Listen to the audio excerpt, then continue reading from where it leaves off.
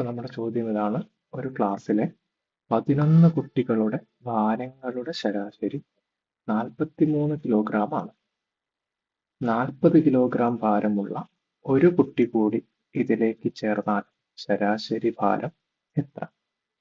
ഇപ്പൊ എത്ര കുട്ടികളുണ്ട്? 11 കുട്ടികളുണ്ട്. അവരുടെ ശരാശരി ഭാരം 43 കിലോഗ്രാം ആണ്. അതായത് ആവറേജ് ആണ് 43.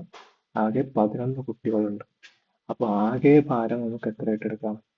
Average into number, 43 into 11. അതായത് 430ഉം 43ഉം 473.